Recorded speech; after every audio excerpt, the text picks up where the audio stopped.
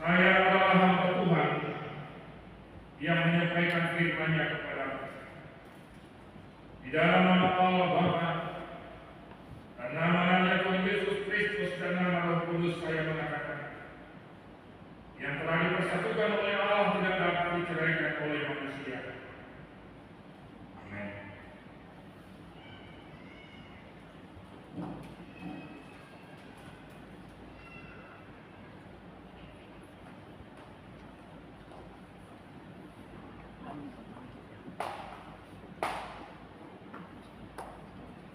Tuhan memberkati dan melindungi engkau. Tuhan menyinari kau dengan wajah-Nya dan memberi kau kasih karunia.